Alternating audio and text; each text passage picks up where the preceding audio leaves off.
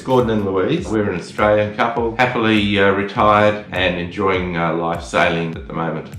Our past history of sailing was that I grew up as a child sailing small dinghies with my parents, but I think your introduction was a bit later, wasn't it? Yeah, so in my mid-20s when I met the family, I met Louise, and we were sailing together. As the years went by, we were introduced to larger boats with friends and family, and eventually onto catamarans. And back in 2006, we purchased our first Fountaine Pajot cat, the Orana 44.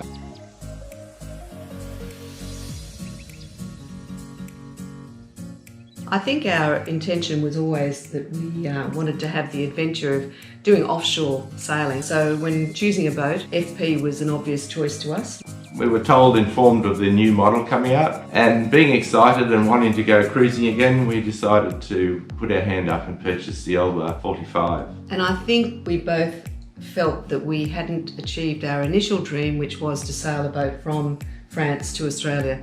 And we thought, well, let's do it and get this boat home so that we can enjoy it with family and friends. So our initial plan when we looked at the Elba was to purchase hull number 1. We were invited up to a dealers meeting in Portugal where we were fortunate to see the boat, and that really reinforced our decision. We then took delivery of the boat at a place called Cogolin towards the end of October, early November.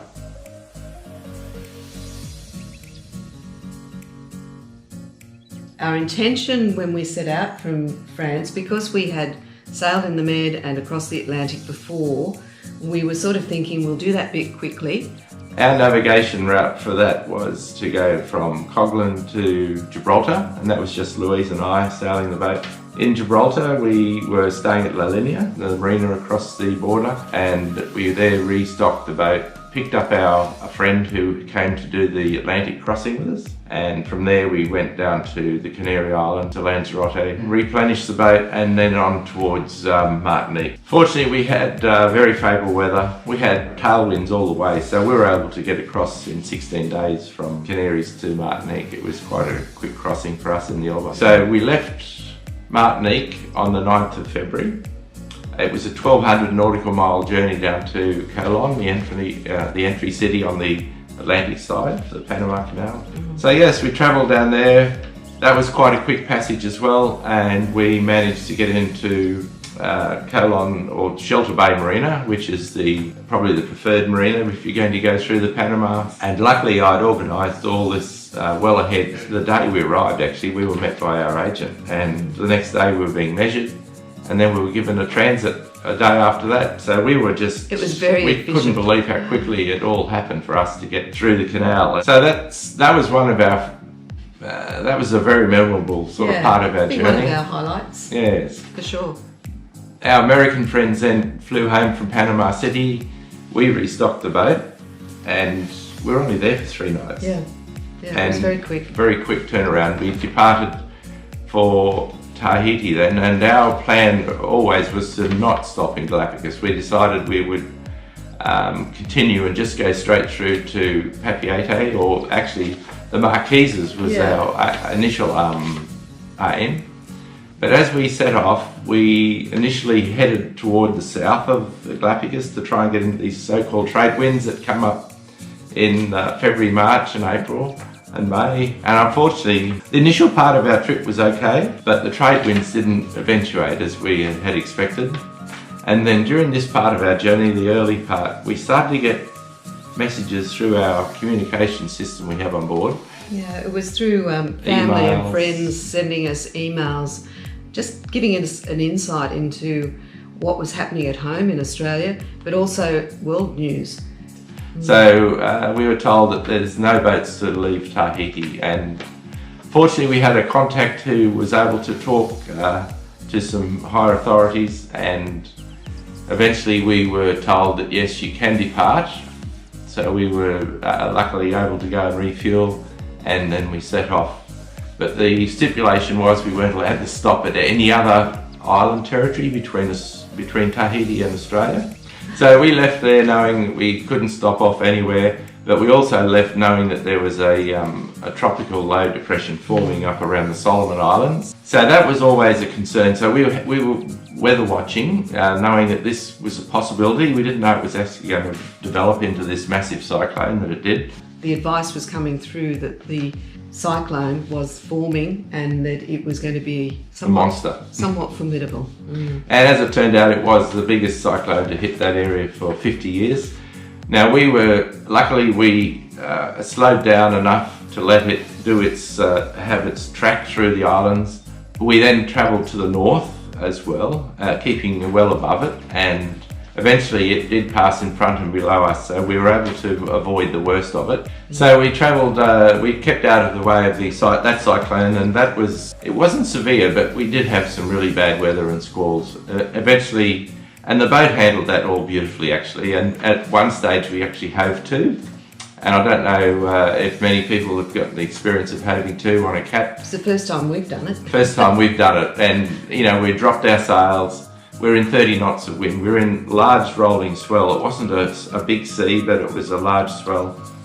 The boat, just on its own, turned side on to the swell and the wind, and all of a sudden it was calm. It was just the most amazing feeling. The boat felt stable. We felt very secure. And it gave Louise and I and Phil a chance to just get some really good sleep. And then the next morning we woke up and we were able to continue towards this weather pattern that was still in front, but we actually passed through what they call a transition zone, and we went through from probably a northerly flow around to a southeasterly flow. And that was, once we were in that southeasterly flow, it was a cleaner air, and we were away from these rain squalls. So that was a relief to get. We thought, phew, we're on our way home. Yeah. Another highlight too was just the fishing. We did catch some nice fish, and I caught a beautiful mahi-mahi, which after catching this one fish, I was told I wasn't allowed to fish again. No, I don't believe in. It was a beautiful, beautiful big fish, and he fed us for 10 days, the three of us for 10 days. So the three of us were very proud that we had achieved what we had. Yes. And we had to actually stop and think. Wow. How many miles have we done, nautical miles, to come all the way from France to Australia, and that was something that we had always dreamt of doing it.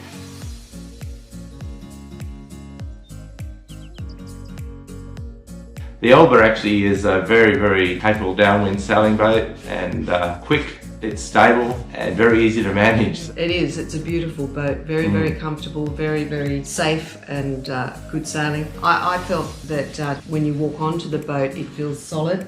And then when you're sailing, there's something about the rigidity of the boat, but also the softness in the ride.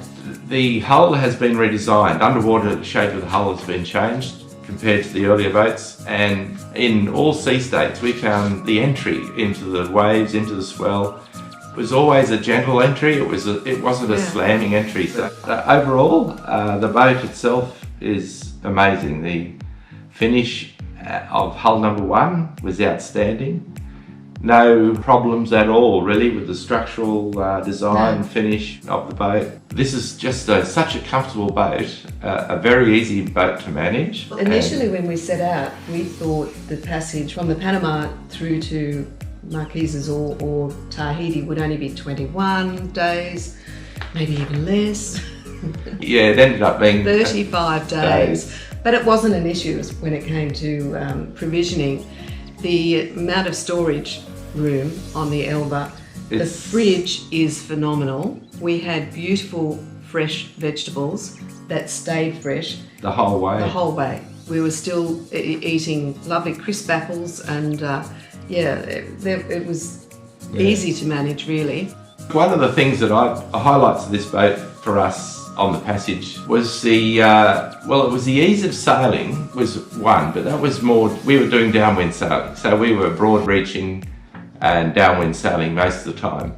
And the joy of that was we're heading west into the sun in the evenings. We were sitting up on this lounge deck area on the roof, and we'd just sit up there and talk through what we had happened during the day. But to sit up on that rooftop It was comfortable. It was amazing. Like the sail, the boat, we had the Jenica up, the main up, the autopilot sailing the boat. We were doing 8 knots. What I liked about And you couldn't that hear time, it. You just didn't realise how smoothly and how easy it was. I was just going to say, what I enjoyed about that was that when you went from the saloon up onto the helm and then stepped up onto the roof, you felt like you were in another world.